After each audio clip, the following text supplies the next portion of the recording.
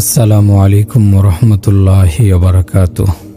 প্রিয় পরিণতি চ্যানেলের বন্ধুরা, আশা করি আল্লাহ পাকের অশেষ মেহেরবানিতে আপনারা সকলে ভালো আছেন। ধন দৌলত এত অধিক পরিমাণে উপার্জন করলেন যে সেগুলোর সঠিক হিসাব আপনার নিজেরও জানা নেই। আপনার টাকা পয়সা এত বেহিসাব যে সেগুলোর উপর নির্ভর করে বড় বড় ব্যাংক গড়ে উঠতে পারে। সেই টাকা দিয়ে আপনি আরও টাকা উপার্জন করলেন। দু চোখের জন্য দৃষ্টি যত দূর যায়, আপনার দৌলত দিয়ে সেই দৃষ্টিসীমা পর্যন্ত চারিদিক ভরে উঠল। বড় বড় অট্টালিকা তৈরি করলেন, বিশাল বিশাল বাগান বাড়ি বানালেন। কিন্তু তারপর একদিন লোকজনের কাঁধে চড়ে এক নিষ্ঠুর নির্জনতার দেশ, অন্ধকার ঘর আর পোকামাকড়ের বেষ্টনীতে গিয়ে শুয়ে পড়লেন। এই হলো জীবন। হাজারটা নমুনা থেকে বাছাই করেও আপনার বালাখানার নকশা নির্বাচন করেছেন, সেই না লেগেছে 1 বছর। কিন্তু তারপর সেই বালাখানা ব্যবহার করবেন কয় বছর, তার তো কোনো নিশ্চয়তা নেই। জানা নেই আজরাইল কখন এসে যাবে আর সব ছেড়ে ছুড়ে চলে যেতে হবে। আর যে ঘরে কিয়ামত পর্যন্ত থাকতে হবে তা তোমার খোড়াখড়িতেই প্রস্তুত। হ্যাঁ ভাই সাহেব, কবর রেডি, মুর্দা হাজির। হাজারো ডিজাইনের পোশাক দিয়ে যার আলমারি ভরা, 2টি সাদা চাদর দিয়ে পেঁচিয়ে আখেরি সফরে রওনা করিয়ে আজ কোথায় গেল সেই সব খুবসুরত লেবাস? লক্ষ টাকার খাট পালং, মসজিদের কোনায় পড়ে থাকা চারপায়া পর্যন্ত মানুষের কাঁধে চড়ে এমন এক ঘরের দিকে রওনা হয়ে গিয়েছে। 2 ঘন্টার খোড়ামড়িতে প্রস্তুত হয়ে গিয়েছে। যে ব্যক্তি নিজের দূরের কথা জামা কাপড় পর্যন্ত ধুলাবালি লাগতে দিত না, বিছানায় হয়েছে তার শেষ শয্যা। যার বিছানার চাদর পরিপাটি থাকত, সজ্জিত থাকত, আজ মাটির চাদর দিয়ে তাকে ঢেকে দেওয়া হয়েছে। যার ঘরে মশামাছি প্রবেশের অনুমতি ছিল না, আজ ঘৃণ্য কীড়া তার গোটা দেহ ঢেকে দিয়েছে। আজ তার গোটা অস্তিত্বই ভীষণভাবে বিপন্ন। চারিদিকে নিশ্ছিদ্র অন্ধকার, পোকামাকড়, সীমাহীন আতঙ্ক, কিন্তু কেউ নেই আজ তার পাশে। মহান রব্বুল আলামিনকে লাভ করাই আমাদের জীবনের মেরাজ। তিনি জখমে দিলের প্রলেপ ও দুঃখী আত্মার শান্তি। কসম আল্লাহর, গোটা দুনিয়ার হোসন ও জামাল তথা শোভা ও সৌন্দর্যের জখমে দিনের প্রলেপ হবার যোগ্যতা নেই। সঙ্গীতের সেরা সুরও দোলা দিতে পারে না, সঙ্গীতের সারেগামা আত্মার তারে সুর তুলতে পারে না। দিলের তারে দোলা দিতে পারে কেবল কোরআনের সুমধুর নগমা।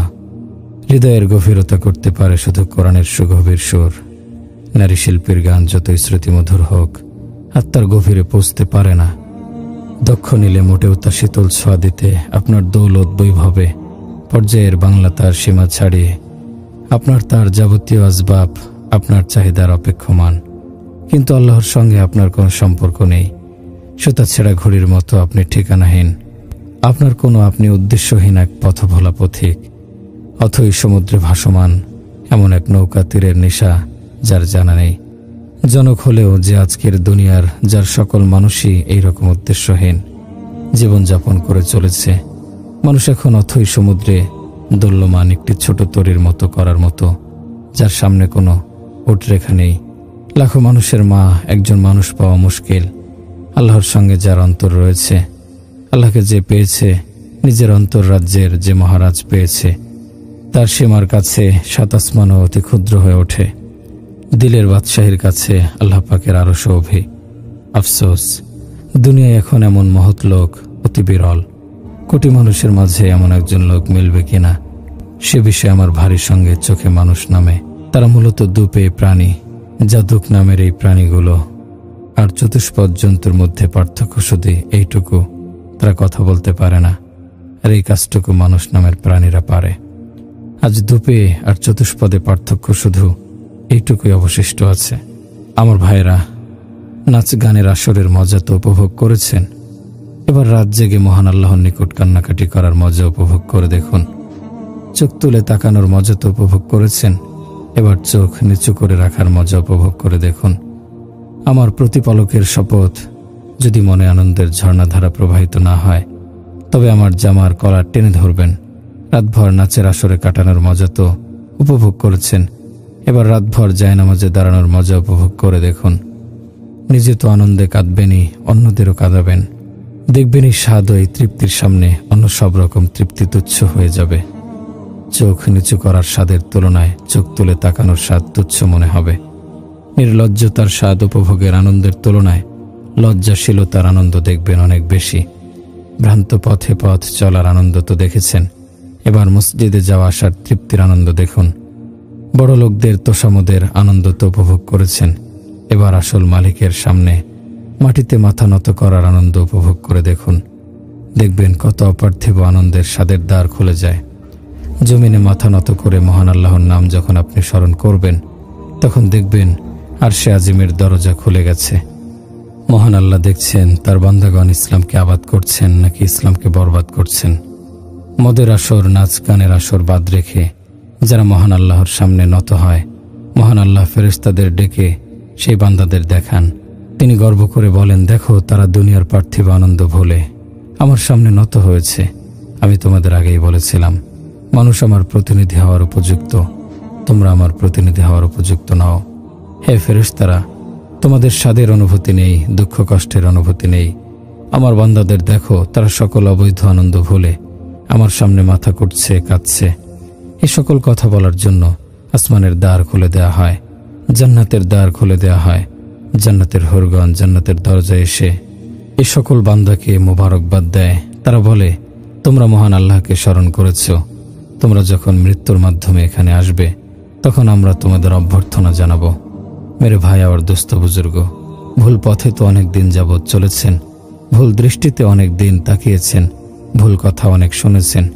এবার ফিরে আসুন পবিত্র পরিচ্ছন্ন জীবনযাপনের আনন্দ উপভোগ করে দেখুন। মহান আল্লাহ ইচ্ছে করলে সবাইকে সোজা করে দিতে পারেন, ইচ্ছে করলে মন্দ চোখে তাকানো চোখ অন্ধ করে দিতে পারেন, জুলুম অত্যাচারের জন্য বাড়ানো হাত স্থবির করে দিতে পারেন, মন্দ পথে পা বাড়ালে পা নিশ্চল করে দিতে পারেন, ব্যভিচারের উদ্দেশ্যে যারা পা বাড়ায় তাদেরকে মাটির নিচে প্রথিত করে দিতে পারেন, মন্দ কাজের জন্য বাড়ানো হাত থামিয়ে নিশ্চল করে দিতে পারেন। মহান আল্লাহর এসব করার পূর্ণ শক্তি রয়েছে। আরবের দুইজন অমুসলিম সর্দার নিজেদের মধ্যে পরামর্শ করে এসেছিল যে তাদের একজন রাসূল সাল্লাল্লাহু আলাইহি সাল্লামের সঙ্গে কথা বলতে থাকবে, সে অবসরে অন্যজন রাসূল সাল্লাল্লাহু আলাইহি সাল্লামকে হত্যা করবে। কিন্তু তলোয়ারে হাত রেখে তলোয়ার বের করার উদ্যোগ নিতেই হাত শক্তিহীন, অসাড় হয়ে গেল। কিছুতেই হাত বের করা যাচ্ছিল না। সে ভেবেছিল হাত যখন তার, হাতের শক্তিও তার, আসলে কিন্তু তা নয়। মালিক শাহ হযরত ইব্রাহিম আলাইহিস সালামের স্ত্রী সারাকে আটকে রেখেছিল। মন্দ কাজের উদ্দেশ্যে শাহ যখন হাত বাড়াতে যাচ্ছিল, হাত স্থবির হয়ে গেল। মহান আল্লাহ এ দৃশ্য হযরত ইব্রাহিম আলাইহিস সালামকে দেখালেন, যেন সারার প্রতি তার মনে কোনো প্রকার সন্দেহ দেখা না দেয়। শাহ যখনই হাত বাড়াচ্ছিল, সেই বাড়ানো হাত হয়ে পড়ছিল শক্তিহীন, অসাড়। হাত নিচু হয়ে ঝুলে পড়ছিল, কিছুতেই সামনে নেওয়া যাচ্ছিল না। সকল ব্যভিচারীকে মহান আল্লাহ অবশ্যই শক্তিহীন করে দিতে পারেন। সৎ কাজের উদ্দেশ্যে অগ্রসর হওয়া নারীদের মহান আল্লাহ শক্তিহীন করে দিতে পারেন। মহান আল্লাহর অবশ্যই সে শক্তি রয়েছে। মেরে ভাইও, দোস্ত বুজুর্গ, আল্লাহ তাআলাকে সাথে নিয়ে নিলে আসমান, জমিন, লৌহ, কুরসি, শূন্য মহাশূন্য সবকিছু আমাদের গোলাম হয়ে যাবে। কেননা এক সময় সবকিছুর কোনো অস্তিত্ব ছিল না। আল্লাহ তাআলা হযরত আদম আলাইহিস সালামের সাথে এসব সৃষ্টি করেছেন, এসবকে আকৃতি দান করেছেন, আসমানকে ঝুলন্ত করেছেন, কোনো স্তম্ভ ছাড়াই তাকে স্থাপন করেছেন। অতঃপর জমিনকে বিছিয়েছেন, সেখান থেকে পানি বের করেছেন, শস্য উৎপন্ন করেছেন, পাহাড় স্থাপন করেছেন, রাত দিনের বিধান তৈরি করেছেন।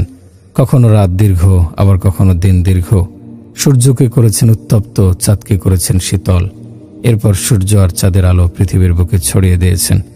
আল্লাহ তাআলা বলছেন, তোমরা চিন্তা করে দেখো না কেন আল্লাহ তাআলা আসমান জমিনকে কিভাবে সৃষ্টি করেছেন। তোমাদেরকে জোড়ায় জোড়ায় সৃষ্টি করেছেন। রাতকে আল্লাহ তাআলা বানিয়েছেন আমাদের আরামের জন্য। ঘুমানোর পরে মানুষ দুনিয়ার সব ঝুঁকি ঝামেলা থেকে বেখবর হয়ে যায়। রাতের নিদ্রা দিনের ক্লান্তিকে দূর করে দেহকে ফুরফুরে করে তোলে। পরের দিন আবার নব উদ্যমে কাজ করার শক্তি যোগায়। যদি এমন হতো প্রত্যেকে নিজ নিজ সুবিধা অনুযায়ী ঘুমের সময় নির্ধারণ করে নিত, তবে কেউ আর ঘুমাতে পারত না। কেননা কেউ ঘুমাতো, কেউ চিৎকার করত, মেশিন চলতো, গাড়ি চলতো, আরাম করা মুশকিল হয়ে যেত। কিন্তু আল্লাহ পাকের দয়া, তিনি রাতকে সকলের জন্য আরামের বস্তু বানিয়ে দিয়েছেন। শুধু মানুষই নয়, বরং পশু পাখি, কীট পতঙ্গ সকলেই আরামে বিভোর থাকে। আবার ঘুম থেকে জাগ্রত হওয়ার সময়ও নির্দিষ্ট করে দিয়েছেন। অর্ধেক দিন আমাদের জীবিকা উপার্জনের জন্য দিয়েছেন, আর অর্ধেক দিন নিজের জন্য নিয়েছেন। ফজরের পর থেকে জোহর পর্যন্ত লম্বা সময় দিয়েছেন। জোহরের পর থেকে নামাজের সময় সংকীর্ণ হয়ে আসতে থাকে। ফজর থেকে জোহর পর্যন্ত কাজ করে, জোহরের পর থেকে কাজ গোছাতে শুরু করে। আসর, মাগরিব আর ইশার সময় যে খুব দ্রুত ঘনিয়ে আসে, তার অর্থ হচ্ছে এটা আর কাজ করার সময় নয়, এ সময়টা আমার জন্য ব্যয় করো। আমার এখানের কারবার আসর মাগরিব থেকেই শুরু হয়, যে সময়টা আল্লাহকে স্মরণ করার, আল্লাহর মহব্বতে ডুব দেয়ার। সেই সময়টা আমরা পার্থিব কারবারে লিপ্ত হয়ে উল্টা পথে এগিয়ে চলেছি। আল্লাহ তাআলা কোরআনের মাধ্যমে আমাদেরকে বলেছেন, পৃথিবী হবার নিয়ম, পানির নিয়ম, পাহাড়ের নিয়ম, দরিয়ার নিয়ম এসব আমাদের উপকারের। আল্লাহ তাআলার এসবে কোনো দরকার নেই। সুতরাং আল্লাহর থেকেই সমস্যার সমাধান করাও। যদি দুনিয়ার রাজা বাদশার কাছে সমস্যার সমাধান চাও আর আসমান জমিনের বাদশার সাথে সম্পর্ক ছিন্ন করে রাখো, তবে এটা কত বড় মূর্খতার কাজ। এভাবে আমাদের জীবনে কখনো সফলতা আসতে পারে না। রাসূল সাল্লাল্লাহু আলাইহি ওয়াসাল্লাম একদিন এক জায়গায় ঘুমিয়েছিলেন। এমন সময় একটি বৃক্ষ মাটি চিরে রাসূল সাল্লাল্লাহু আলাইহি সাল্লামের নিকটে এলো এবং তার উপর ছায়া বিস্তার করল। রাসূল সাল্লাল্লাহু আলাইহি সাল্লামের ঘুম ভাঙার আগেই সেই বৃক্ষ আবার নিজের জায়গায় ফিরে গেল। বৃক্ষটির মূলোৎপাটিত হয়ে রাসূল সাল্লাল্লাহু আলাইহি সাল্লামের নিকট যাওয়া এবং ফিরে আসার দৃশ্য হযরত আবু হুরায়রা রাদিয়াল্লাহু আনহু প্রত্যক্ষ করেন। রাসূল সাল্লাল্লাহু আলাইহি সাল্লামকে এই ঘটনা জানানোর পর তিনি বললেন, বৃক্ষটি আমাকে দেখার জন্য এসেছিল, সে আমাকে দেখার আকাঙ্ক্ষা করেছিল। বৃক্ষটি মহান আল্লাহর নিকট অনুমতি চেয়েছিল। আল্লাহ অনুমতি দেওয়ার পর সে এসে আমাকে দেখার পিপাসা মিটালো। রাসূল সাল্লাল্লাহু আলাইহি সাল্লামের জীবন আদর্শ অনুযায়ী আমাদের জীবনযাপন করতে হবে। এ কাজের সফলতার জন্য আল্লাহ যা চান সে অনুযায়ী আমাদের নিজেদের জীবন গড়ে তুলতে হবে। আল্লাহ এবং তার রাসূল সাল্লাল্লাহু আলাইহি সাল্লাম যেসব কাজ করতে নিষেধ করেছেন সেসব কাজকে ঘৃণা করতে হবে। দুনিয়ার মানুষদেরকে আল্লাহ এবং রাসূল সাল্লাল্লাহু আলাইহি সাল্লামের বিধান অনুসারে চালানোর জন্য সচেষ্ট হতে হবে। এটাই উম্মতের জিম্মাদারি। কাউকে আপনি দেখতে গেলেন, তার জামা কাপড় নাই, জুতো নাই, আপনি লোকটির প্রয়োজন পূরণ করার জন্য অগ্রসর হলেন। হঠাৎ দেখলেন একটি সাপ সেই লোকটির প্রতি এগিয়ে আসছে। এ ভয়ঙ্কর দৃশ্য দেখার পর আপনি সাপ সাপ বলে চিৎকার করবেন।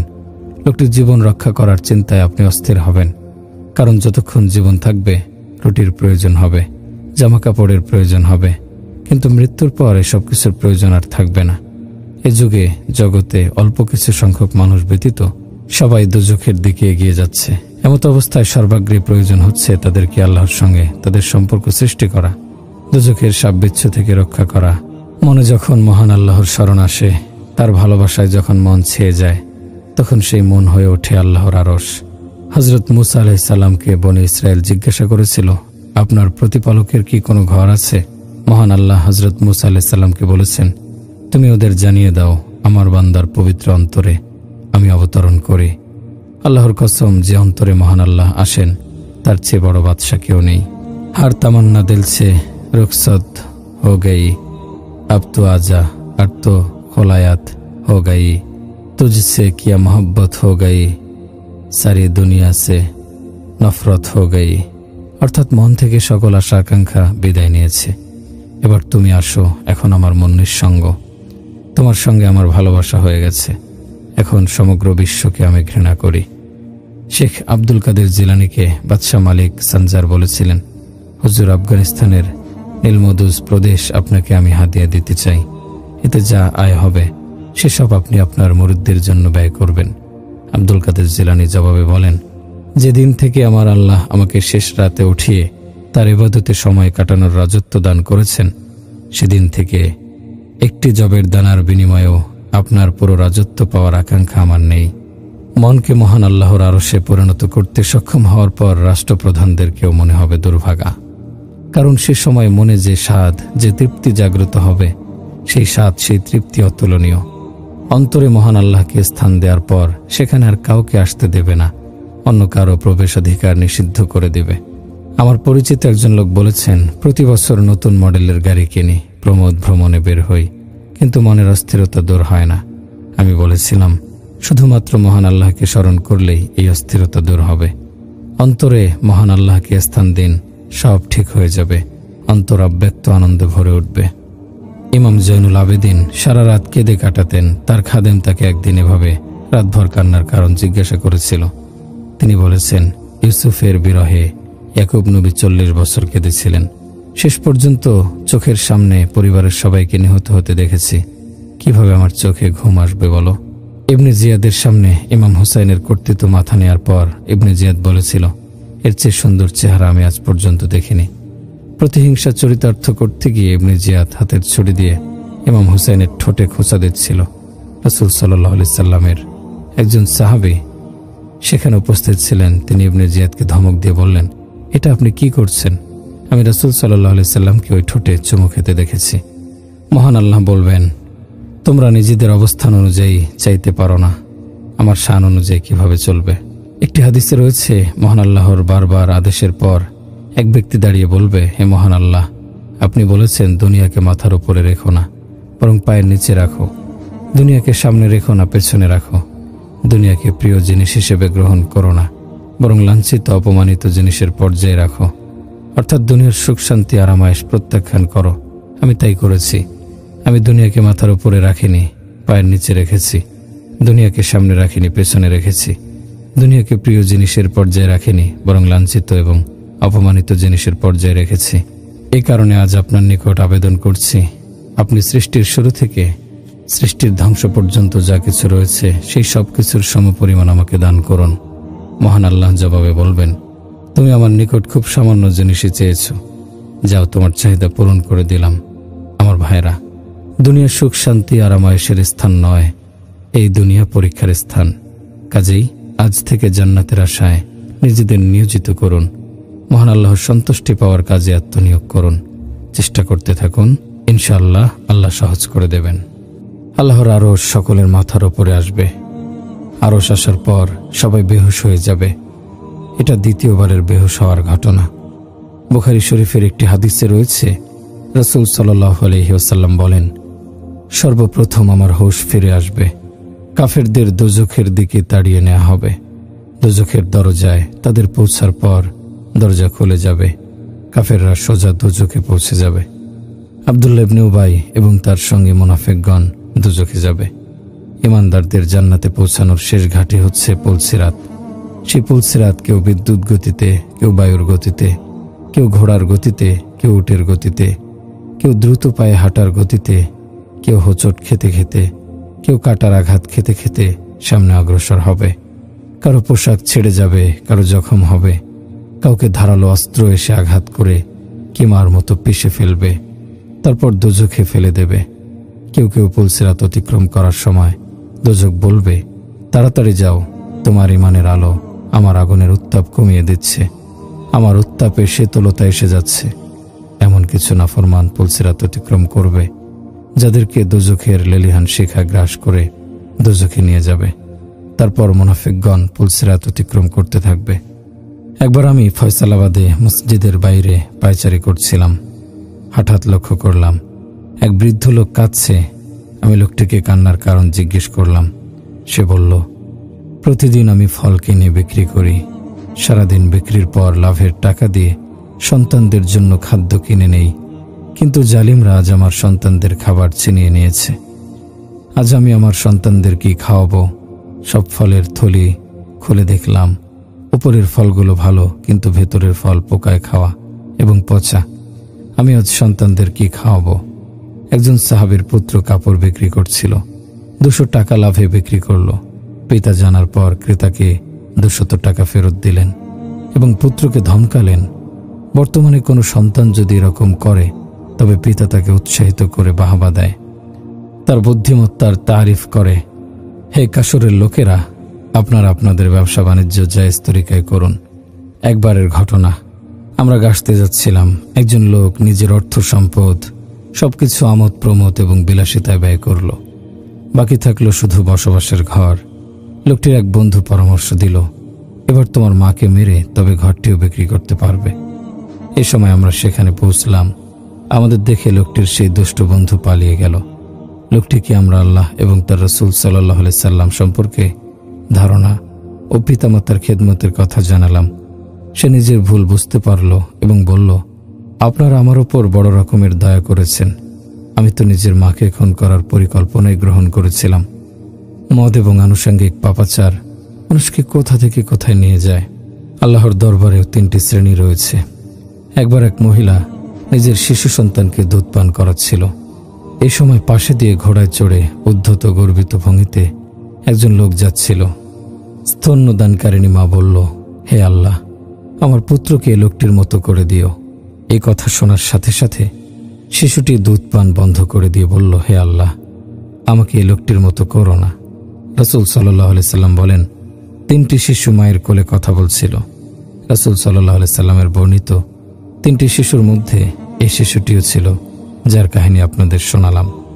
কিছুক্ষণ পর একজন কালো দুর্বল শীর্ণকায় নারী সেই পথ দিয়ে যাচ্ছিল।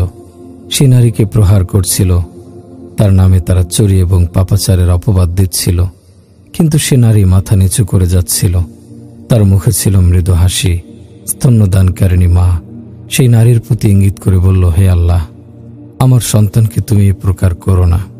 দুধ পানরত শিশু দুধ পান বন্ধ করে বলল, হে আল্লাহ, আমাকে এই নারীটার মতো করো।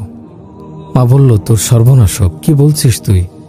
আমি আল্লাহর কাছে তোর জন্য সম্মান চেয়েছি, অথচ তুই অপমান চেয়ে নিলি। শিশু বলল, মা, ঘোড়ায় চড়ে যে লোকটি যাচ্ছিল সে আল্লাহর দুশমন, অহংকারী, তার ঠিকানা হচ্ছে জাহান্নাম। যে কালো কৃষ্ণকায় নারীর নামে চুরি এবং ব্যভিচারের অপবাদ দেয়া হয়েছে, সেই মহিলা আল্লাহর বড় ওলি। ফেরেশতারাও তার চলার পথে পাখা বিছিয়ে দেয়। আল্লাহর কাছে মর্যাদার মাপকাঠি আমাদের বিবেচনার মাপকাঠির চেয়ে ভিন্ন। ইহুদি এবং হিন্দুদের মর্যাদার মাপকাঠি ইসলামের দৃষ্টিতে গ্রহণযোগ্য নয়। যার টাকা পয়সা কম সে ছোট লোক, যার মোটামুটি টাকা পয়সা আছে সে মাঝারি লোক, যার অনেক টাকা পয়সা রয়েছে সে বড় লোক। এটা হিন্দুদের এবং ইহুদিদের মানসিকতা। যারা আল্লাহ এবং তার রাসূল সাল্লাল্লাহু আলাইহি সাল্লামের আনুগত্য করছে তারা উজ্জ্বল, সুন্দর ও সুশৃঙ্খল পথের অনুসারী হয়েছে। তারা আল্লাহর নিয়ামত হাসিল করেছে, বেহেশতের নিয়ামতও হাসিল করেছে। এসব কিছুই শিক্ষা করতে হয়। আমরা মুহাম্মাদী সাল্লাল্লাহু আলাইহি সাল্লামের তরিকা শিক্ষা করিনি। পাঞ্জাবি তরিকা, সিন্ধি তরিকা, বেলুচি তরিকা, পশতু তরিকা শিখেছি। চারদিকে জাতীয়তাবাদের প্রচারণা, আঞ্চলিকতাবাদের প্রচারণা, ভাষাভিত্তিক জাতীয়তাবাদ। এসব কিছুর মধ্যে রাসূল সাল্লাল্লাহু আলাইহি সাল্লামের তরিকা কি রূপে আসবে? মুসআব ইবনে উমাইরের ভাই মুসলমানদের হাতে পাকড়াও হওয়ার পর তাকে মুসআব রাদিয়াল্লাহু আনহু ভালোভাবে বাঁধার অনুরোধ করলেন। মুসআবের ভাই এ কথা শুনে অবাক হয়ে সে বলল, তুমি ভাই হয়ে এরকম কথা বলছো? মুসআব বললেন, তুমি আল্লাহ এবং তার রাসূলের দুশমন, তুমি আমার ভাই নও। যারা তোমাকে বাঁধছে তারা আমার ভাই। মুহাম্মদ সাল্লাল্লাহু আলাইহি সাল্লাম এমন একটি তরিকা নিয়ে এসেছেন, এই তরিকায় ইবাদত রয়েছে, সালাত রয়েছে, মুআমালাত মুআশারাত রয়েছে, আখলাক রয়েছে। রাসূল সাল্লাল্লাহু আলাইহি ওয়াসাল্লাম বলেছেন, যে ব্যক্তি তোমার সম্পর্ক ছিন্ন করে তুমি তার সাথে সম্পর্ক স্থাপন করো। যে ব্যক্তি তোমার কাছ থেকে কোনো কিছু কেড়ে নেয় তাকে দান করো। যে ব্যক্তি তোমার উপর অত্যাচার করে তাকে তুমি মাফ করে দাও। রাসূল সাল্লাল্লাহু আলাইহি সাল্লাম আমাদেরকে এরকম আখলাকি শিক্ষা দিয়েছেন। তিনি বলেছেন, নিজ চরিত্র উন্নত করো এবং আমার কাছ থেকে জান্নাত নাও, তাহাজ্জুদের দ্বারা নয়। বনী ইসরায়েলের এক যুবক ছিল, বড় নাফরমান, বড় পাপী। তার পাপের কারণে এলাকার লোকেরা তাকে শহর থেকে বের করে দিল। এক জঙ্গলে গিয়ে সে আশ্রয় নিল। খানাপিনার অভাবে সে ভীষণ অসুস্থ হয়ে পড়ল। তাকে জিজ্ঞেস করার মতো কেউ নেই। তার মৃত্যুর সময় ঘনিয়ে এলো। সে আকাশের দিকে তাকিয়ে বলল, হে আল্লাহ, আমার মতো নাফরমান বান্দাকে শাস্তি দিলে তোমার রাজত্ব বেড়ে যাবে না, আর আমার মতো নাফরমান বান্দাকে মাফ করে দিলে আপনার রাজত্ব কমে যাবে না। আমি তোমার নাফরমান বান্দা, তুমি দেখছো আমি বড় অপমানজনক অবস্থায় মৃত্যুবরণ করছি। আমার পাশে কোনো আত্মীয় স্বজনও নেই, কোনো বন্ধু বান্ধবও নেই। আমাকে সবাই তাড়িয়ে দিয়েছে, কিন্তু তুমি তো আমাকে তাড়িয়ে দাওনি। হে আল্লাহ, আমাকে ক্ষমা করে দাও, আমার আশাকে পরিপূর্ণ করে দাও। আমাকে বঞ্চিত করবে না, তুমি বলেছ, নিশ্চয়ই আমি ক্ষমাশীল ও দয়ালু। এ কথা বলার পর তার মৃত্যু হয়ে গেল। হযরত মূসা আলাইহিস সালামের কাছে ওহী এলো, আমার এক বন্ধু অমুক জঙ্গলে মৃত্যুবরণ করেছে, তার গোসলের ব্যবস্থা করো, তার জানাজার ব্যবস্থা করো। শহরের সকল নাফরমানদেরকে জানিয়ে দাও, যারা তার জানাজা অংশগ্রহণ করবে তাদের সবাইকে ক্ষমা করে দেয়া হবে। এই খবর শুনে সবাই তার জানাজা অংশগ্রহণ করার জন্য ছুটতে লাগলো।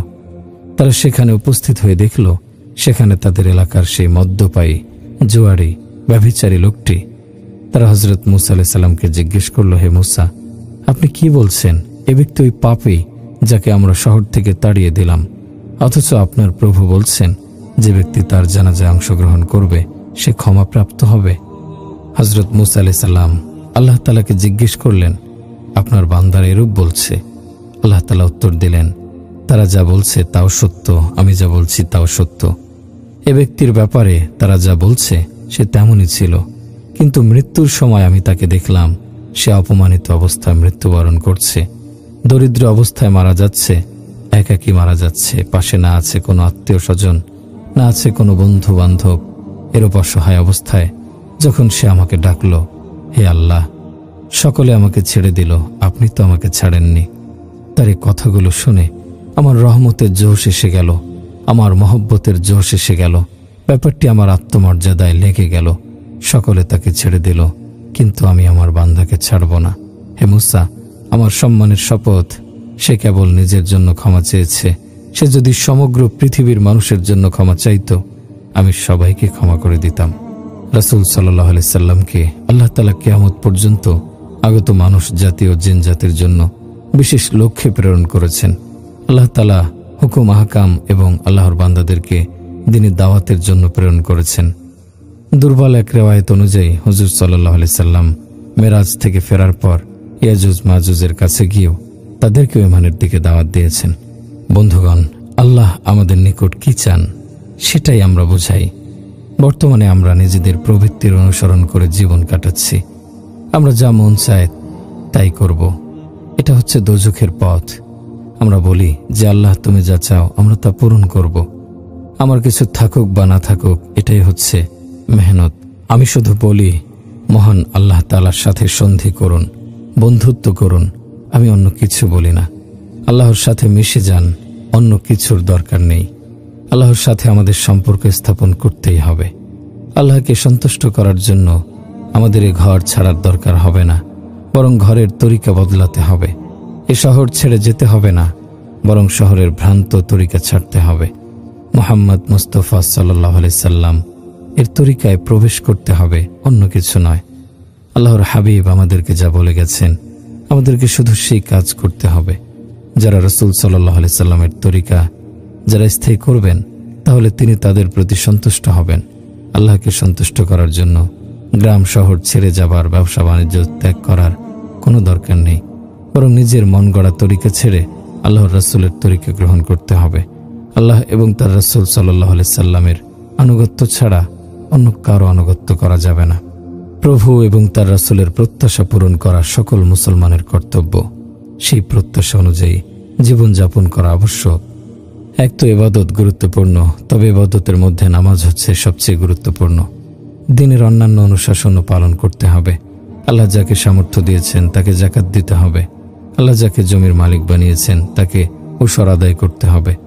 এই যে বর্তমানে অসময়ে বৃষ্টি হচ্ছে, এতে আমাদের এলাকার মৌসুমী ফসলের ব্যাপক ক্ষতি হয়েছে। কেন হয়েছে? ভূমি মালিকরা উশর দেয় না, ব্যবসায়ীরা যাকাত দেয় না, শুধু টাকা পয়সা সঞ্চয়ের চিন্তায় মগ্ন থাকে। যাকাত দিন, উশর দিন, সবকিছু ঠিক হয়ে যাবে। আমার ভাইরা, আমরা তাওবা করে আল্লাহকে সন্তুষ্ট করতে পারি। আল্লাহর পথে বের হন এবং তাওবা করুন, আল্লাহকে সন্তুষ্ট করুন। নবীর তরিকা অনুসরণ করার মাধ্যমেই আল্লাহর সন্তুষ্টি পাওয়া যাবে। আজ পর্যন্ত যত পাপ করেছেন সেসব পাপের জন্য আল্লাহর নিকট তাওবা করুন। যত নামাজ ছেড়েছেন, যাকাত দেননি, কারো হক নষ্ট করেছেন, কারো সঙ্গে লড়াই করেছেন, কারো নামে মামলা করেছেন, কারো সঙ্গে ঝগড়া করেছেন, সব পাপের জন্য আল্লাহর কাছে ক্ষমা চান। কবরে যেতেই হবে এ কথা চিন্তা ফিকির করুন। জান্নাতের চিন্তা সামনে রাখুন। জুলকারনাইন বিশ্বজুড়ে রাজত্ব করেছিলেন, কিন্তু তারও সব ইচ্ছা পূর্ণ হয়নি। হযরত সুলাইমান আলাইহিস সালাম সিংহাসন রেখে মরে গেছেন। আমরা কি করতে পারবো? সমগ্র পাকিস্তানে যা আছে, দুনিয়ায় যা আছে, সবকিছু একদিন ছেড়ে চলে যেতে হবে। দুনিয়ার পিছনে ছুটে বেড়ানো বুদ্ধিমানের কাজ নয়। আজ পর্যন্ত যত নাফরমানি করেছেন, যত পাপ করেছেন, সবকিছুর কথা মনে রেখে তাওবা করুন। ফরজ আদায় করেননি, মানুষের হক নষ্ট করেছেন, প্রতিবেশীর হক নষ্ট করেছেন, পিতামাতার হক, স্ত্রীর হক, সন্তানের হক, ভাইয়ের হক, সঙ্গী সাথীর হক, যা কিছু অন্যায় করেছেন সেসব থেকে আল্লাহর নিকট তাওবা করুন। এই কাজ কি শুধু আমাদের? আপনাদের দায়িত্ব নয়? তওবা করুন, আল্লাহ ক্ষমা করে দেবেন। আল্লাহ ক্ষমা করতে পছন্দ করেন। আল্লাহ বলেন, যদি তোমরা পাপ করা ছেড়ে দাও এবং সবাই পুণ্যবান হয়ে যাও, তাহলে তোমাদের সবাইকে আমি জান্নাতে ডেকে নেব। তারপর এমন কওম সৃষ্টি করব যারা শুধু পাপ করবে, তারপর ক্ষমা চেয়ে আমার নিকট কান্নাকাটি করবে, তওবা করবে। আমি তাদের ক্ষমা করে দেব। যদি আমি দুনিয়ায় কাউকে আযাব দিতে চাই, তবে সর্বপ্রথম তাকেই আযাব দেই যে ব্যক্তি আমার রহমত থেকে হতাশ হয়ে বসে থাকে, আমার রহমত পাওয়ার আশা ছেড়ে দেয়। আপনাদের একটি কাহিনী শোনাচ্ছি। আল্লাহ তাআলা হযরত মূসা আলাইহিস সালামকে বলেন, জমিনকে তোমার আনুগত্য করে দিলাম, তুমি কারুনকে ধসিয়ে দাও। হযরত মূসা আলাইহিস সালাম জমিনকে বললেন, ওকে ধরো এবং ভেতরে ঢুকিয়ে নাও। কারুন যখন মাটির নিচে তলিয়ে যেতে লাগলো, তখন কারুন বলল, হে মূসা, আমাকে মাফ করে দিন। কিন্তু হযরত মূসা আলাইহিস সালাম তার কথায় কর্ণপাত করলেন না। কারুন ধীরে ধীরে মাটির নিচে ঢুকতে লাগলো। বারবার করুণ কণ্ঠে সে হযরত মূসা আলাইহিস সালামের নিকট ক্ষমা প্রার্থনা করল। কারণ মাটির নিচে তলিয়ে গেল। আল্লাহ মূসাকে বললেন, হে মূসা, তোমার মন বড় শক্ত। সে বারবার ক্ষমা চাইল, অথচ তুমি তাকে ক্ষমা করলে না। সে যদি আমার নিকট মাত্র একবার ক্ষমা চাইত, তাহলে তাকে আমি ক্ষমা করে বাইরে বের করে আনতাম। যে আল্লাহ ক্ষমা চাইলে কারুনকে ক্ষমা করে দিতেন, তিনি কি আমাদের ক্ষমা করবেন না? আমরা তো কারুনের চাইতে উত্তম। আমরা তো রাসূল সাল্লাল্লাহু আলাইহি সাল্লামের উম্মত। যা আমাদের জন্য ক্ষতিকর তা যেমন জানেন, তেমনি জানেন আমাদের জন্য উপকারী বিষয়ও। তাই ভাই, আল্লাহকে সাথে নিতে হবে। আল্লাহকে সাথে নিলে ইজ্জত সম্মান সব আসবে, ইহকালে ও পরকালে সফলতা আসবে। আর তাকে সাথে নিতে হলে আসবাবের উপর ভরসা না করে তার অস্তিত্বের উপর ভরসা বসাতে হবে। অর্থ সম্পদ দ্বারা কিছু হয় না, খানা দ্বারা পেট ভরে না, ঔষধে শেফা হয় না, মালে সম্মান আসে না। এ বিশ্বাস অন্তরে গেঁথে নিতে হবে। এ পৃথিবীতে যা কিছু রয়েছে সবকিছুই আল্লাহর নিয়ামতে পরিপূর্ণ। আল্লাহর নিয়ামতের কারণেই সবকিছু জীবিত রয়েছে। আল্লাহর নিয়ামতের কারণেই সবাই জীবন হাসিল করেছে। তবে নিয়ামতের মধ্যে কম বেশি রয়েছে। সকল মাখলুকাতের মধ্যে মানুষও একটি মাখলুক। মানুষকে যত বেশি নিয়ামত দেয়া হয়েছে, অন্য কোনো মাখলুককে এত নিয়ামত দেয়া হয়নি। মানুষ আশরাফুল মাখলুকাত, অর্থাৎ সৃষ্টির সেরা জীব। আল্লাহর সব সৃষ্টির মধ্যে মানুষ হচ্ছে অধিক সম্মানী। কোরআনে কথা বলা হয়েছে, বাস্তবেও আমরা সেটা দেখতে পাই। মানুষ উন্নতির উচ্চ শিখরে আরোহণ করার পর সৃষ্টির সেরা জীব হওয়ার ধান্দাবাজি করে। নিজের চেয়ে নিচু মানসম্পন্ন জিনিসকে মানুষ উচ্চ মর্যাদায় স্থান দেয়, তাদের সামনে মাথা নিচু করে, সিজদা করে, তাদের ইবাদত করে। মানুষদের মধ্যেও অহংকারের কারণে বিত্তশালীরা গরিবদের ঘৃণা করে, নিজেদের শ্রেষ্ঠ মনে করে।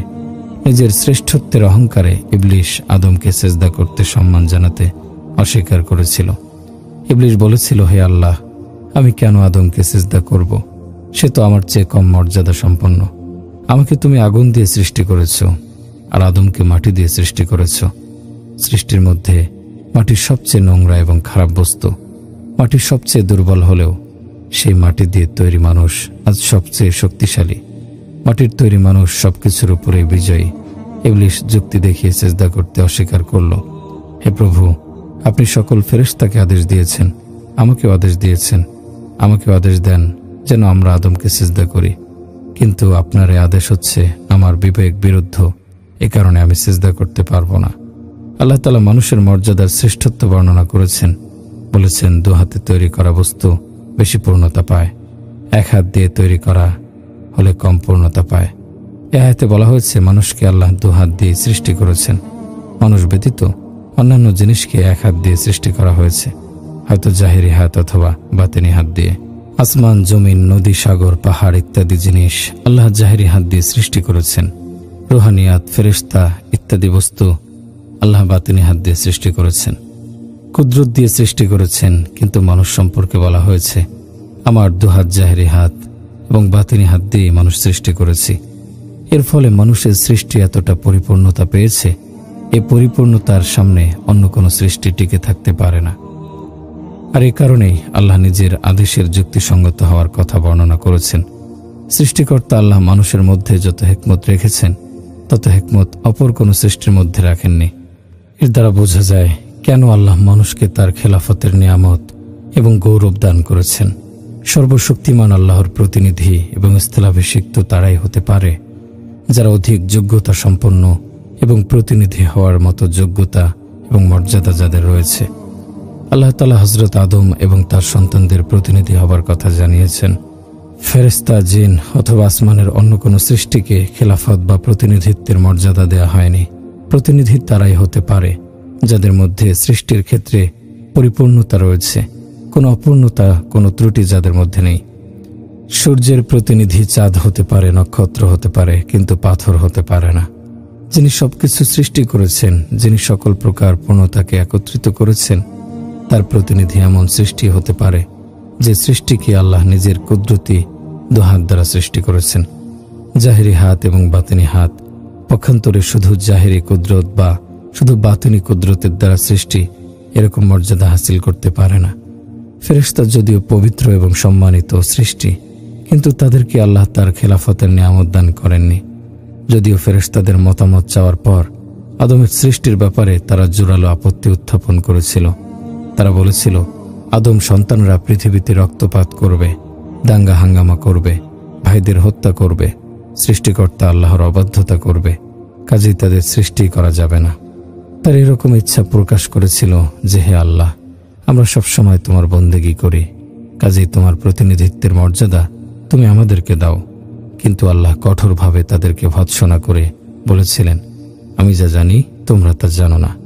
মানুষকে আল্লাহ যে এরকম উচ্চ মর্যাদা এবং উন্নত নিয়ামত দিয়েছেন, অন্য সৃষ্টিকে তা দেয়া হয়নি। ফেরেশতাদের ধমক দিয়ে থামিয়ে দেওয়ার পর আল্লাহ পূর্ণাঙ্গ মানুষ সৃষ্টি করেছিলেন। আল্লাহ তাআলা হযরত আদমকে জ্ঞানের নিয়ামত দিয়েছেন। আদমকে সমস্ত বস্তুর নাম জানিয়ে দেয়া হয়েছিল। তারপর ফেরেশতাদের সামনে আদমকে এবং ফেরেশতাদের সেসব বস্তুর নাম বলতে বলা হলো। ফেরেশতারা বলতে সক্ষম হলো না। তারপর আদমকে বলতে বলা হলে আদম সঙ্গে সঙ্গে বলে দিলেন। সব বস্তুর নাম বলার যোগ্যতা আদমের মধ্যে ছিল, ফেরেশতাদের মধ্যে ছিল না। এর কারণ হচ্ছে আল্লাহ আদমকে জ্ঞান শিক্ষা দিয়েছেন।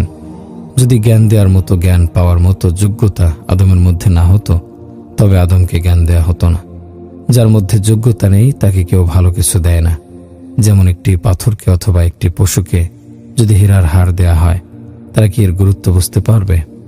হযরত আদমের স্বভাবের মধ্যে এমন যোগ্যতা রাখা হয়েছিল যেন তিনি জ্ঞান ধারণ করতে পারেন। কেননা আল্লাহ তাআলা নিজের জাহেরি হাত, বাতিনি হাত, দুহাত দিয়ে আদমকে সৃষ্টি করেছেন। আদমের মধ্যে প্রতিনিধি বা খলিফার মতো যোগ্যতা এবং সামর্থ্য রাখা হয়েছিল। আল্লাহর খলিফা বা প্রতিনিধি হবার জন্য যেসব যোগ্যতা থাকা দরকার, ফেরেশতাদের সেসব যোগ্যতা ছিল না। মানুষকে উন্নত রূপে সৃষ্টি করা সম্পর্কে আল্লাহ 4 বার শপথ করে বলেছেন, মানুষকে সর্বোত্তম শিক্ষার উপর সৃষ্টি করা হয়েছে। আল্লাহ বলেন, নিশ্চয়ই আমি মানুষকে সুন্দরতম গঠনে সৃষ্টি করেছি। মানুষকে এমন উপাদান দ্বারা সৃষ্টি করা হয়েছে যেসব উপাদান সূর্যের মধ্যে নেই, চন্দ্রের মধ্যে নেই, ফেরেশতাদের মধ্যে নেই, জিনদের মধ্যে নেই, এমনকি অন্য কোনো মাখলুকাতের মধ্যে নেই।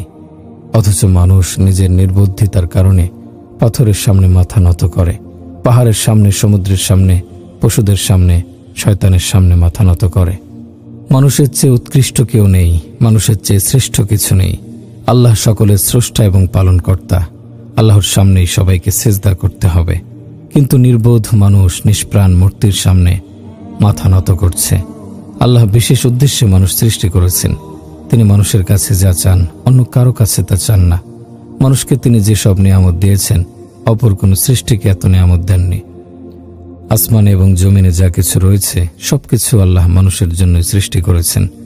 সবাইকে মানুষের সেবার জন্য, মানুষের কল্যাণের জন্য সৃষ্টি করা হয়েছে।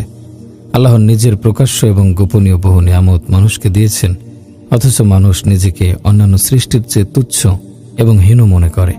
আল্লাহর নিয়ামতের শুকরগুজারি করে না।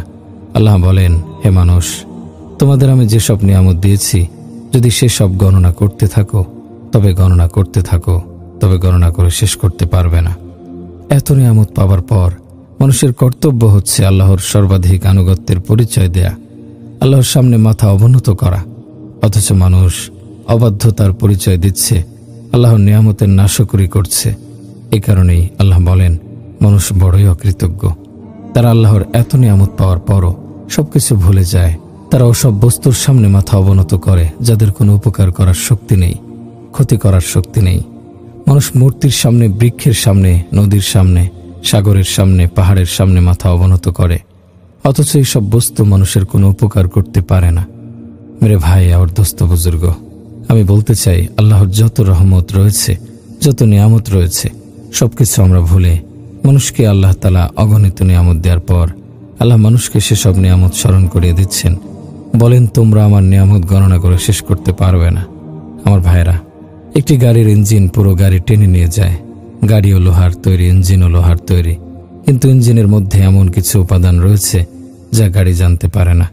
আল্লাহ তাআলা মানুষের মধ্যে বড় রকমের যোগ্যতা রেখেছেন, অনেক রকম বৈশিষ্ট্য রেখেছেন, কিন্তু আমরা নিজেদের পরিচয় ভুলে গেছি। নিজেদের যোগ্যতা সম্পর্কে না জানার কারণে আমরা আল্লাহর নাফরমানি করে চলেছি এবং আল্লাহর আযাবের যোগ্য হয়ে উঠেছি। উম্মতের জন্য রাসূল সাল্লাল্লাহু আলাইহি সাল্লামের চিন্তার শেষ ছিল না। উম্মতের চিন্তায় তিনি হু হু করে কাঁদতেন। কান্নার সময়ে তার বুকের ভেতর থেকে চুলার বলক ওঠা পানির শব্দের মতো শব্দ শোনা যেত। উম্মতের চিন্তায় রাসূল সাল্লাল্লাহু আলাইহি ওয়াসাল্লাম অনেক কষ্ট সহ্য করেছেন। একটি হাদিসে রয়েছে, রাসূল সাল্লাল্লাহু আলাইহি সাল্লাম বলেন, আমাকে এত বেশি কষ্ট দেয়া হয়েছে, এত উৎপীড়ন করা হয়েছে যে এরকম কষ্ট অপর কোনো ব্যক্তিকে দেয়া হয়নি, এরকম উৎপীড়ন অন্য কাউকে করা হয়নি। মানুষ টাকা পয়সা উপার্জনের জন্য সকালে বাজারে যেত, আর রাসূল সাল্লাল্লাহু আলাইহি সাল্লাম মানুষদের দোজখের আগুন থেকে রক্ষা করার জন্য বাজারে যেতেন। লোকেরা উপার্জিত টাকা পয়সা নিয়ে ঘরে ফিরত, আর রাসূল সাল্লাল্লাহু আলাইহি সাল্লাম মানুষের গালাগাল, তিরস্কার, ধাক্কা খাওয়ার মনোবেদনা নিয়ে ঘরে ফিরতেন। আল্লাহ যাকে দুনিয়া এবং পরকালের নেতৃত্ব দিয়েছেন, যাকে বন্ধু হিসেবে গ্রহণ করেছেন, দিনের জন্য তিনি এত বেশি প্রহার সহ্য করেছেন যে অপর কাউকে তার মতো প্রহার করা হয়নি। বিকেলে মানুষ টাকার থলে পূর্ণ করে ঘরে ফিরত, আর রাসূল সাল্লাল্লাহু আলাইহি সাল্লামের বুকে জখমে জখমে চালনির মতো ছিদ্র হয়ে যেত। মানুষ নিজের মুনাফার জন্য মেলার আয়োজন করত, কিন্তু রাসূল সাল্লাল্লাহু আলাইহি সাল্লাম মানুষদের দোজখের আগুন থেকে রক্ষা করার জন্য মেলার আয়োজন করতেন। মানুষ মেলা থেকে বিভিন্ন বস্তু ক্রয় করত, কিন্তু রাসূল সাল্লাল্লাহু আলাইহি সাল্লাম কি কাজ করতেন? একজন সাহাবী বলেন, ইসলাম কবুলের পূর্বে আমি মূর্খতার অন্ধকারে ছিলাম। সে সময় একদিন দেখলাম একজন লোকের চারিদিকে বহু লোক ভিড় করে রয়েছে। সে ব্যক্তি মানুষদের আল্লাহর প্রতি আহ্বান জানাচ্ছে, আর মানুষ তাকে নিয়ে ঠাট্টা তামাশা করছে। এক সময় সূর্য মাথার উপরে উঠে এলো। হঠাৎ একজন লোক এসে সে ব্যক্তির চাঁদের মতো চেহারায় থুথু নিক্ষেপ করল। অপর একজন এসে তার জামা ছেড়ে ফেলল। তৃতীয় একজন এসে তার চেহারা এবং মাথায় মাটি নিক্ষেপ করল। চতুর্থ একজন এসে তার চেহারায় পাথর নিক্ষেপ করল। অন্য এক বর্ণনায় রয়েছে, রাসূল সাল্লাল্লাহু আলাইহি সাল্লামকে সে সময়ই মানুষ পাথর দিয়ে আঘাত করেছিল। তায়েফেও রাসূল সাল্লাল্লাহু আলাইহি সাল্লামকে সীমাহীন কষ্ট দেয়া হয়েছিল। একটি বর্ণনায় রয়েছে, রাসূল সাল্লাল্লাহু আলাইহি সাল্লামকে দীর্ঘ 6 মাইল পর্যন্ত জনতা পাথর নিক্ষেপ করেছিল। পাথরের আঘাতে রাসূল সাল্লাল্লাহু আলাইহি সাল্লাম পড়ে যাওয়ার পর উঠে দাঁড়ালে বিদ্রুপকারীরা পুনরায় তাকে তাড়া করত। তায়েফে তাকে এত বেশি প্রহার করা হয়েছিল, তার উড়ু রক্তাক্ত হয়ে গিয়েছিল, তার জুতা রক্তে লাল হয়ে জুতার সাথে লেগে গিয়েছিল। মাওলানা তারেক জামিল বলেন, আল্লাহর হাবিবকে যে সময় এরকম অত্যাচার করা হচ্ছিল, সেই দৃশ্য দেখে ফেরেশতারাও কেঁদেছিল। এক হাদিসে বর্ণনা রয়েছে, আসমানে ফেরেশতাদের চিৎকার করে কান্নার শব্দ শোনা গিয়েছিল। দিনের বেলা এত অত্যাচার নির্যাতন সহ্য করে রাসূল সাল্লাল্লাহু আলাইহি সাল্লাম বিকেলে যখন ঘরে ফিরতেন, মক্কার কুরাইশগণ সে সময় তার ঘরের সামনে উটের ভুঁড়ি, নোংরা আবর্জনা ফেলে রাখত। রাসূল সাল্লাল্লাহু আলাইহি সাল্লাম কুরাইশদের এরকম আচরণ করতে নিষেধ করতেন। তিনি বলতেন, হে কুরাইশ, যদি ভালো বন্ধু হতে না পারো তবে অন্তত ভালো প্রতিবেশী হয়ে থাকো। উম্মতের জন্য রাসূল সাল্লাল্লাহু আলাইহি সাল্লামের কি রকম দরদ ছিল এ সম্পর্কিত একটি ঘটনা হায়াতে সাহাবা গ্রন্থে বর্ণনা করা হয়েছে। ঘটনাটি হচ্ছে, রাসূল সাল্লাল্লাহু আলাইহি সাল্লাম বনু হানিফা গোত্রে দাওয়াতের জন্য গিয়ে বলেন, আমি আল্লাহর নবী, তোমরা আমার কথা শোনো, আমাকে আশ্রয় দাও। জনতা বলল, আমাদের সর্দার আসুক, তার সাথে কথা বলবেন। কিছুক্ষণ পর সর্দার এলো। রাসূল সাল্লাল্লাহু আলাইহি ওয়াসাল্লাম সর্দারকে ইসলামের দাওয়াত দিলেন। সে অভিশপ্ত ব্যক্তি বলল, তুমি কি সেই কুরাইশি ব্যক্তি যে আমাদের লোকদের পথভ্রষ্ট করছো? এ হজের মৌসুমে তুমি হচ্ছ নিকৃষ্টতম মানুষ। নাউজুবিল্লাহ। যদি তোমার মধ্যে কল্যাণ থাকতো তবে তোমার স্বজাতীয়রা তোমাকে অবশ্যই আশ্রয় দিত। যদি তুমি আমার তাবুর এলাকায় না থাকতে তবে আমি তোমার শিরোচ্ছেদ করতাম। রাসূল সাল্লাল্লাহু আলাইহি সাল্লাম দুঃখ ভারাক্রান্ত হৃদয়ে উটনির পিঠে আরোহণ করলেন। হঠাৎ এক দুর্বৃত্ত তার উটকে লক্ষ্য করে তীর নিক্ষেপ করল। রাসূল সাল্লাল্লাহু আলাইহি সাল্লাম উটের পিঠ থেকে নিচে পড়ে গেলেন। যারা এরকম আচরণ করেছিল তাদেরকে দোজখের আগুন থেকে রক্ষা করার জন্য রাসূল সাল্লাল্লাহু আলাইহি ওয়াসাল্লামের ব্যাকুলতার শেষ ছিল না। এক বর্ণনা রয়েছে, রাসূল সাল্লাল্লাহু আলাইহি ওয়াসাল্লামের সামনে দিয়ে এক ব্যক্তির লাশ নিয়ে যাওয়া হচ্ছিল। তিনি ব্যক্তিটির পরিচয় জানতে চাইলেন। বলা হলো, অমুকের পুত্র অমুক। রাসূল সাল্লাল্লাহু আলাইহি ওয়াসাল্লাম বললেন, হায় আফসোস, আমার একজন উম্মত দোজখে পৌঁছে গেছে। অপর এক বর্ণনা রয়েছে, এক ব্যক্তি কুফরি অবস্থায় অসুস্থ হয়ে পড়ল, কিন্তু এক পর্যায়ে মৃত্যুর পূর্বে কালেমা পাঠ করল। এই কথা শোনার পর রাসূল সাল্লাল্লাহু আলাইহি সাল্লাম খুশি হয়ে বললেন, বাহ, আমার একজন উম্মত দোজখ থেকে রক্ষা পেয়েছে। ওয়াহশী নামের একজন ক্রীতদাস রাসূল সাল্লাল্লাহু আলাইহি সাল্লামের চাচা হামজাকে হত্যা করেছিল। আবু সুফিয়ানের স্ত্রী হিন্দা হযরত হামজার বুক চিড়ে তার কলিজা মুখে নিয়ে চিবিয়েছিল। রাসূল সাল্লাল্লাহু আলাইহি সাল্লাম শহীদ চাচার জানাজার নামাজ 70 বার আদায় করেন। এ সময় তিনি অঝোর ধারায় কাঁদছিলেন।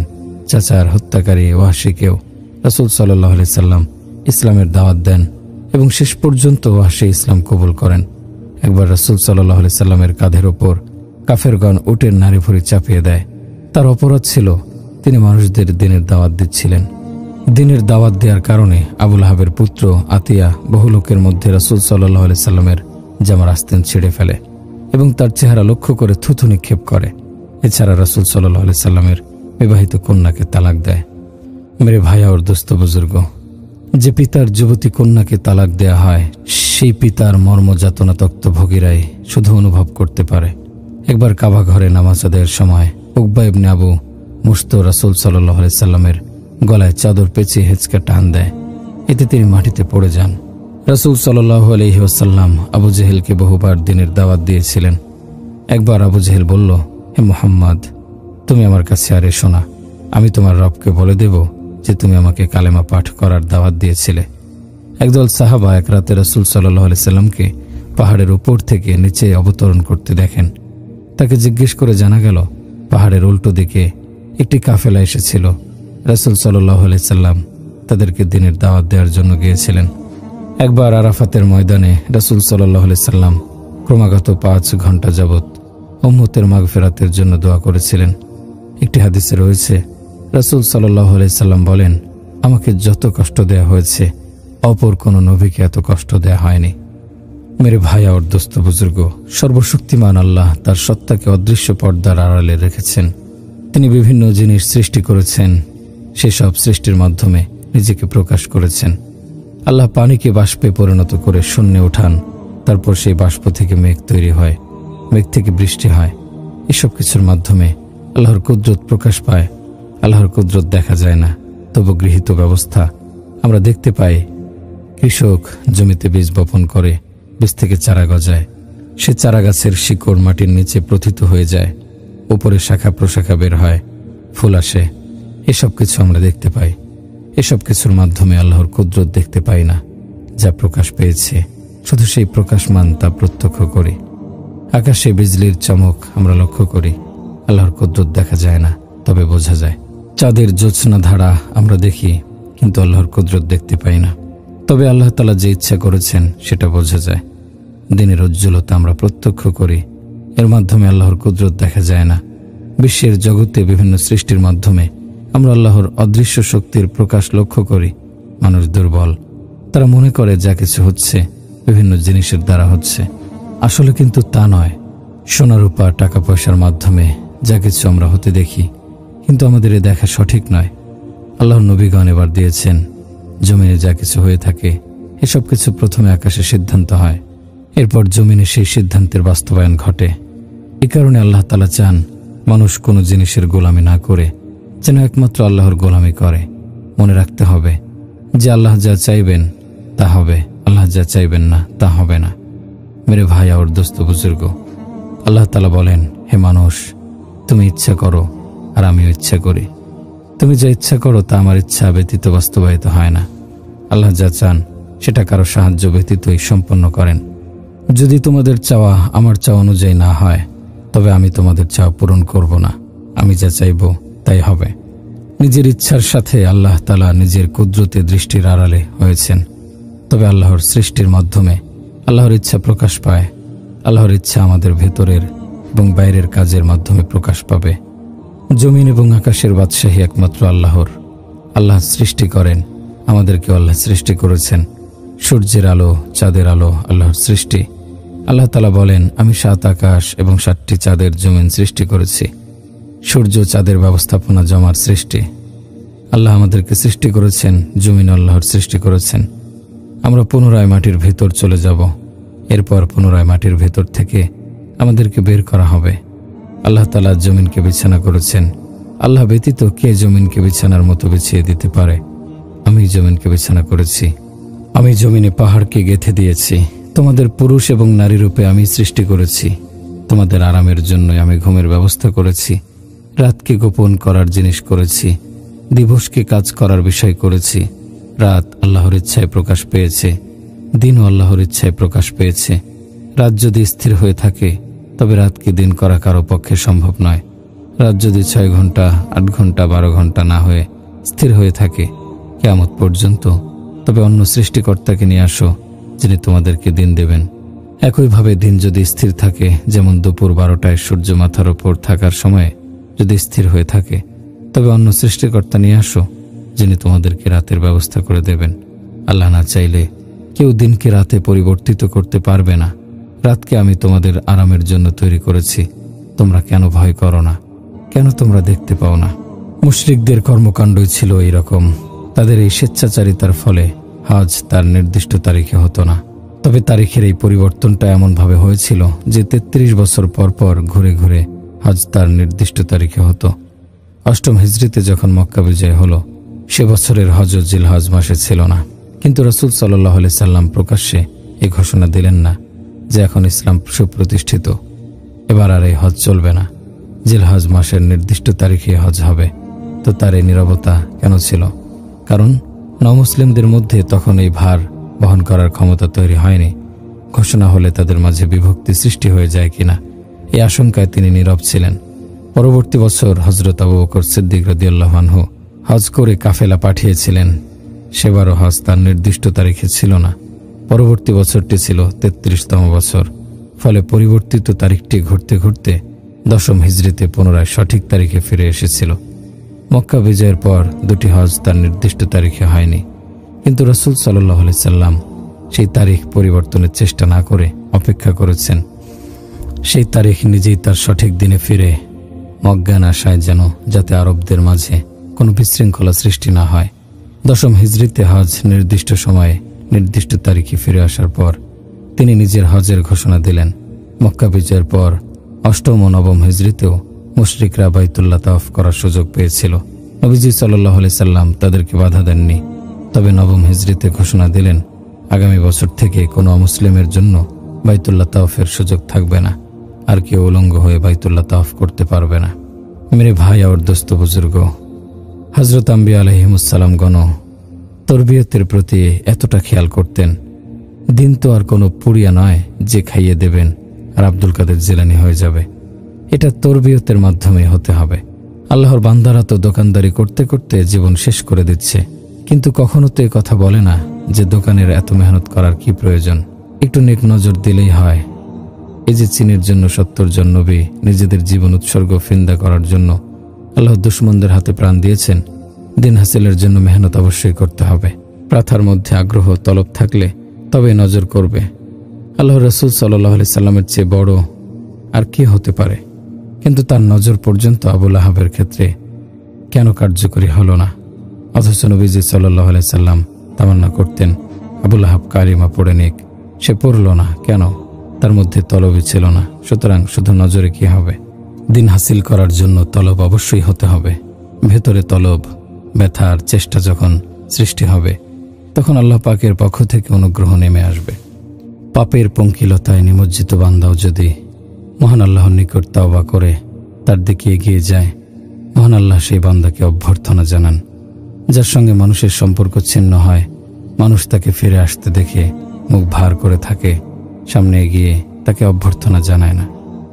কিন্তু মহান আল্লাহ তার পথ ভোলা বান্দাকে ফিরে আসতে দেখে অভ্যর্থনা জানান। আল্লাহ বলেন, হে বান্দা, আমার নিকট যে ফিরে আসবে আমি সামনে এগিয়ে এসে তাকে অভ্যর্থনা জানাবো। দুনিয়ায় দেখা যায় যে ব্যক্তি আমাদের সঙ্গে সম্পর্ক ছিন্ন করল, আমরাও তার সঙ্গে সম্পর্ক ছিন্ন করি। মহান আল্লাহ বলেন, আমার যে বান্দা আমার দিক থেকে মুখ ফিরিয়ে নেয়, আমি তার কাছে গিয়ে তার কাঁধে হাত রেখে বলি, হে বান্দা, তুমি আমাকে ছেড়ে কোথায় চলেছ? কোরআনে বলা হয়েছে, হে মানুষ, তোমাকে কে ধোঁকা দিয়েছে তোমার প্রতিপালকের সত্তা সম্পর্কে? তোমরা তোমাদের প্রতিপালককে ছেড়ে তার সৃষ্টির আনুগত্য করে চলেছ। তোমাদের কি হয়েছে? তোমরা স্রষ্টাকে ভুলে সৃষ্টির পেছনে কেন ছুটে চলেছ? মেরে ভাই আর দোস্ত বুজুর্গ, মহান আল্লাহর প্রতি অগ্রসর হন। তিনি প্রতীক্ষায় আছেন। তার শাস্তির চেয়ে তার দয়া, তার মহানুভবতা অনেক বেশি। তার ক্ষমতা, তার উদারতার কোনো তুলনা নেই। একটি কাহিনী শুনিয়ে কথা শেষ করছি। বনী ইসরায়েলে একজন লোক ছিল। সে মদ খেত, জুয়া খেলত, আরও নানা রকম পাপ কাজে লিপ্ত ছিল। শহরের লোকেরা তার উপর চরম বিরক্ত হয়ে তাকে শহর থেকে বের করে দিয়েছিল। মন্দ লোককে মন্দ বলা হলে সে আরো মন্দ হয়ে যায়। নবীদের তরিকা হচ্ছে, খারাপ লোককে তারা খারাপ বলতেন না, বরং তাকে ভালোবাসতেন, তাকে কাছে ডাকতেন, বোঝাতেন। বোঝানোর কারণে সে অবশ্যই বুঝবে। কাউকে শাস্তি দিয়ে খোঁটা দেওয়ার মাধ্যমে যদি বলা হয় যে তুমি এটা করেছো, তুমি ওটা করেছো, এটা মানুষের স্বভাবসম্মত নয়। মানুষের স্বভাব হওয়া উচিত মানুষকে ভালোবাসতে হবে, তাকে বোঝাতে হবে। মানুষ অনেক বেদ্দিনকে বুঝিয়ে আল্লাহর পথে নিয়ে আসতে হবে। কাজ করেছে চারিদিকে। মাওলানা ইউসুফ বলতেন, মানুষ অনেক রকম বেদ্দিনের বিস্তার ঘটাচ্ছে। বিশেষত মুসলমানরা অনেক বেদ্দিনের সৃষ্টি করছে। মন্দ কাজের জন্য মানুষকে ঘৃণা করছে। এর ফলে মানুষ আরো দূরে সরে যাচ্ছে। মানুষকে ভালোবেসে কথা বললে তারা কাছে আসবে। বনী ইসরায়েলের সেই লোকটিকে শহর থেকে বের করে দেয়া হলো। শহর থেকে বের করে দেওয়ার পর সে ব্যক্তি শহরের বাইরে এক জনশূন্য জায়গায় গিয়ে আশ্রয় নিল। সেখানে কথা বলার মতো মানুষ নাই, খাদ্য নাই, পানি নাই, ওষুধ নাই। ধীরে ধীরে লোকটি অসুস্থ হয়ে পড়ল। এক পর্যায়ে লোকটি মুমূর্ষু অবস্থায় পৌঁছে গেল। মৃত্যুর লক্ষণ অনুভব করে সে আকাশের দিকে তাকালো, ডানে তাকালো, বামে তাকালো। আমাদের কাছে আল্লাহ পাকের দাবি হলো, লা ইলাহা, সবকিছু থেকে সম্পর্ক ছিন্ন করো এবং লা ইলাহা, সম্পর্ক একমাত্র আল্লাহর সঙ্গে কায়েম করো। তো আমাদের সম্পর্ক আল্লাহর সঙ্গে হলো কিনা তা কেমন করে বুঝবো? নামাজের কথাই ধরুন। আল্লাহ আকবার বলে নামাজ শুরু করলেন। এবার দেখুন আপনার মনের মধ্যে কোনো চিন্তা ঘুরপাক খাচ্ছে। নামাজে আপনি যে চিন্তায় মশগুল মনে করতে হবে তার সঙ্গেই আপনার দিল লেগে আছে। আফসোস, আমরা আমাদের দিলের জগৎ ধ্বংস করে দিয়েছি। তারপরও কেমন নির্ভাবনায় ভোগবিলাসিতায় ডুবে আছি। অথচ পকেট থেকে 100টি টাকা হারিয়ে গেলে মুখে কোনো উপাদেয় খাবারই আর রোচে না। 100 টাকার শোকে মজাদার খাবারও বিস্বাদ হয়ে যায়। এখন আপনি বিচার করুন, আল্লাহর সঙ্গে আপনাদের কেমন সম্পর্ক রয়েছে? যেদিন থেকে বুঝতে শিখেছি সেদিন থেকেই আল্লাহকে ভুলে গিয়েছি। সম্পর্কের সুতোটি কেটে দিয়েছি। তার সম্পর্কের স্বাদ আমরা কখনো চোখে দেখিনি। তার মহব্বতের অপূর্ব অনুভূতিও আমাদের দিলে সবকিছু কখনো হরকত তোলেনি। কিন্তু দেখুন, তারপরও আমাদের সুখ নিদ্রায় কোনো ব্যাঘাত হয় না। আমাদের ব্যবসায় বাণিজ্যেও কোনো ত্রুটি হয় না। আমাদের বিলাস বাসনেও কোনো কমতি নেই। যেন কিছুই হয়নি। মাওলার সঙ্গে সম্পর্কহীনতা চিন্তিত বিচলিত হওয়ার মতো কোনো বিষয়ই নয়। বস্তুত এটা আমাদের অন্তর্জগৎ ধ্বংস হয়ে যাবারই প্রমাণ। ফলে এজন্য আমাদের মনে কোনো আক্ষেপ বা আফসোস নেই। বাগানের চারা গাছটি যদি শুকিয়ে যেতে থাকে তাহলে কত দুঃখ। অথচ লা ইলাহা ইল্লাল্লাহ, এই কালিমার বৃক্ষটি একসময় ডালপালায় পত্র পল্লবে সতেজ ছিল। এর ছায়ায় গোটা দুনিয়া প্রশান্তি উপভোগ করে। কালিমার সেই বৃক্ষ বীজ সবই শুকিয়ে কাঠ, মৃতপ্রায় সেই দেহে আবার কি করে প্রাণ সঞ্চার করে সতেজ করে তোলা, আবার সবুজের সমারোহ ফিরে আনা যায়, এমন চিন্তায় ফিকির আজ কারো মধ্যেই অবশিষ্ট নেই। সামান্য বেদনা বা কেউ অনুভব করে না। আল্লাহ তাআলা তো এত সস্তা নন যে বিনিময় ছাড়া তাকে পেয়ে যাবেন, এরকম ভেবে ভুল করছেন। এমনটি কখনো নয়। আল্লাহ পাককে লাভ করার জন্য আল্লাহ ও যথাসাধ্য চেষ্টার সম্মিলিত প্রয়াস, লা ইলাহা ইল্লাল্লাহ এর মেহনত আবশ্যক। মেরে ভাই আর দোস্ত বুজুর্গ, আমাদের নিকট আল্লাহ পাকের দাবি হলো সবকিছু থেকে ফারেক হয়ে আল্লাহ ছাড়া অন্য সবকিছু থেকে সম্পর্ক ছিন্ন করে এক আল্লাহর সঙ্গে সম্পর্ক জুড়ে দাও। একমাত্র আল্লাহ পাকই হবেন আমাদের মরণের ধ্যান ও জ্ঞান। একবার জৈনক বেদুইন নবীজি সাল্লাল্লাহু আলাইহি সাল্লামের খেদমতে এসে 3টি প্রশ্ন উত্থাপন করল। 1 নম্বর হলো, আমরা আমাদের বাপদাদার দিন ছেড়ে আপনার দিন গ্রহণ করব, এটা কিভাবে সম্ভব? দ্বিতীয় হলো, আপনি বলেছেন কায়সার আর কিসরা আমাদের গোলাম হয়ে যাবে, অথচ আমাদের অবস্থা তো এটাই, আমরা খাবার জন্য রুটিও পাই না, তবে তারা কিভাবে আমাদের গোলাম হয়ে যাবে? আর তৃতীয়, মৃত্যুর পরে আমরা যখন পচে গলে মাটি হয়ে যাব, তখন আবার কিভাবে আমাদেরকে জীবিত করা হবে? রাসূলুল্লাহ সাল্লাল্লাহু আলাইহি সাল্লাম বললেন, আল্লাহ তাআলা তোমাকে হায়াত দিলে তুমি দেখতে পাবে, সমস্ত আরব যদি আমার কালেমা পড়ে তবে তাদের হাতে পারস্য আর রোম বিজিত হবে। আর তৃতীয় বিষয় সেটি কিয়ামতের দিন তুমি বুঝতে পারবে, আমি সেদিন তোমার হাত ধরে তোমার এই কথা স্মরণ করিয়ে দেব। সে বলল, আমি একদম বেহুদা কথায় বিশ্বাস করি না। এ বলে সে চলে গেল। তার জীবদ্দশায় বিজয় হলো, তাবুক পর্যন্ত ইসলাম ছড়িয়ে পড়ল, কিন্তু তবুও সে মুসলমান হলো না। তারপরে কাদেসিয়ার যুদ্ধ হলো, ইরান বিজয় হলো, ইয়ারমুকের যুদ্ধের পর রোমও পদানত হলো। এবার তার মনে ভয় ঢুকে গেল, সে হিজরত করে মদিনায় এলো আর মুসলমান হয়ে গেল। মেরে ভাই আর দোস্ত বুজুর্গ, আমরা আমাদের বুদ্ধি বিবেচনাকে নবীজির দেয়া সংবাদ থেকে সরে ব্যবহার করছি, এজন্য ইহকাল ও পরকাল সব ধ্বংস হচ্ছে। আল্লাহ তাআলা বলছেন, পৃথিবীতে আমি সামান্য শাস্তি দিয়ে থাকি, বড় শাস্তি দেই না, যাতে তারা তওবা করে, প্রত্যাবর্তন করে, কিন্তু পরকালের শাস্তি অধিক মারাত্মক। এজন্য এখন আমাদের যা করণীয় তা হচ্ছে আল্লাহর দিকে আমাদের ফিরতে হবে। আসমান জমিনের রাজত্ব আল্লাহরই হাতে, তার কোনো শরিক নেই। বনী ইসরাইল হযরত মূসা আলাইহিস সালামকে জিজ্ঞেস করল, তোমার প্রভু কি ঘুমায়? মূসা আলাইহিস সালাম ভীষণ রাগান্বিত হলেন। তাদের উদ্ভট প্রশ্ন শুনে আল্লাহ তাআলা বললেন, রাখো, আমি তাদেরকে বুঝিয়ে দিচ্ছি। তুমি রাতের বেলা একটি পেয়ালা নিয়ে দাঁড়িয়ে যাবে। মূসা আলাইহিস সালাম পেয়ালা নিয়ে দাঁড়িয়ে গেলেন। রাত যখন অর্ধেক অতিবাহিত হয়ে গেল, তখন তার ঝিমুনি আসতে লাগলো। আরে ঝিমুচ্ছ, পেয়ালা পড়ে ভেঙে যাবে তো। শেষ রাতে এত ঘুম এলো, পেয়ালা হাত থেকে পড়ে চূর্ণ বিচূর্ণ হয়ে গেল। আল্লাহ তাআলা বললেন, তোমার প্রভু যদি রাতে বা দিনে কোনো সময় ঘুমিয়ে যান, তবে আসমান জমিন চন্দ্র সূর্য সব ধ্বংস হয়ে যাবে। মেঘ থেকে বৃষ্টি ঝরে, সেই বৃষ্টি সমুদ্রে, গ্রামে, শহরে, পাহাড়ে, মরুভূমিতে বর্ষিত হয়। পানির মাধ্যমে মহান আল্লাহ তার কুদরতের নিদর্শন প্রকাশ করেন। গাভী সেই পানি পান করার পর সে পানি দুধে পরিণত হয়। সাপ বিচ্ছু সেই পানি পান করে বিষ তৈরি করে। মানুষ সেই পানি পান করে জীবনী শক্তি লাভ করে। বৃক্ষ সেই পানি শোষণ করে ফুল ফল উৎপাদন করে। ফুল সেই পানি শুষে নিয়ে সুবাস তৈরি করে। উপরে পানি ওঠানোর জন্য আমরা প্রেসার মোটর ব্যবহার করি। সেই মোটর পাম্প করে পানি উপরে তোলে। মহান আল্লাহ 100 ফুট 200 ফুট উপরে পানি উঠিয়ে নেন। মহান আল্লাহ মাটির শিরা উপশিরা থেকে পানি গাছের শিকড়ে পৌঁছে দেন। কোনো প্রকার প্রেসার মোটর ছাড়াই পানি গাছের সর্বশেষ পাতাটি পর্যন্ত পেয়ে যায়। এর ফলে সেই পাতা সজীব থাকে। মহান আল্লাহ গাছের শাখায় পাতায় প্রয়োজন অনুযায়ী পানি পৌঁছে দেন। সেই পানির সাহায্যে বৃক্ষে ফল তৈরি হয়। সেই ফলে নানা রকম স্বাদ তৈরি হয়। ফলে তৈরি হয় সুবাস। ফলের রসে যে মিষ্টতা আমরা লাভ করি, সেই মিষ্টতা পানির মাধ্যমে তৈরি হয়। পানি সরবরাহে ফলে ফলে নানা রং তৈরি হয়, স্বাদ তৈরি হয়। এসব কিছুই মহান আল্লাহর কুদরতের অপূর্ব নিদর্শন। এই অনুগ্রহ এবং উদারতা ফেরাউন এবং হযরত মূসা আলাইহিস সালাম একইভাবে লাভ করেন। সর্বশক্তিমান আল্লাহর দরবার শত্রুদের জন্য, বন্ধুদের জন্য সমানভাবে খোলা থাকে। তার দয়ার দান অনুগত বান্দা যেমন পায়, অবাধ্য বান্দাও একইভাবে পেয়ে থাকে। যারা তাকে মানে, যারা তাকে মানে না, সবার জন্যই তার দয়ার দান অবারিত। যারা হালাল উপার্জন করে তাদের যেমন তিনি দান করেন, যারা হারাম উপার্জন করে তাদেরও তিনি সমানভাবে দান করেন। তার বন্টন ব্যবস্থা সকলের জন্য উন্মুক্ত রাখা হয়েছে। মেরে ভাই আর দোস্ত বুজুর্গ, এমন দয়ালু প্রতিপালককে না মানা এবং তার আনুগত্য না করা ভীষণ রকমের বাড়াবাড়ি। এটা ধ্বংসের কারণ, এটা বড় রকমের জুলুম। আমার বন্ধুগণ, মহান আল্লাহ কারো প্রতি জুলুম অত্যাচার করেন না। মহান আল্লাহর পালন ব্যবস্থা, তার রুবুবিয়াত সবার জন্য একই নিয়মে চলে, সবার জন্য একই নিয়মে চলে এসেছে, ভবিষ্যতেও চলতে থাকবে। মহান আল্লাহর সঙ্গে সম্পর্ক ছিন্ন করার অপরাধে আমাদের আর নিয়োজিত থাকা সমীচীন নয়। এবার আমাদের তওবা করা দরকার।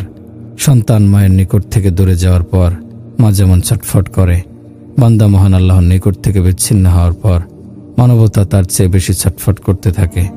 মা সন্তানের ঘরে ফেরার জন্য যেমন প্রতীক্ষায় থাকে, মহান আল্লাহ বান্দার তওবার জন্য চেয়ে অধিক প্রতীক্ষা করেন। রাতে মা সবার ঘরের দরজা বন্ধ করে না। সে চিন্তা করে, আমার সন্তান ফিরে আসতে পারে। প্রতিটি শব্দে মা উৎকর্ণ হয়। এই বুঝে তার সন্তান ঘরে ফিরে এলো।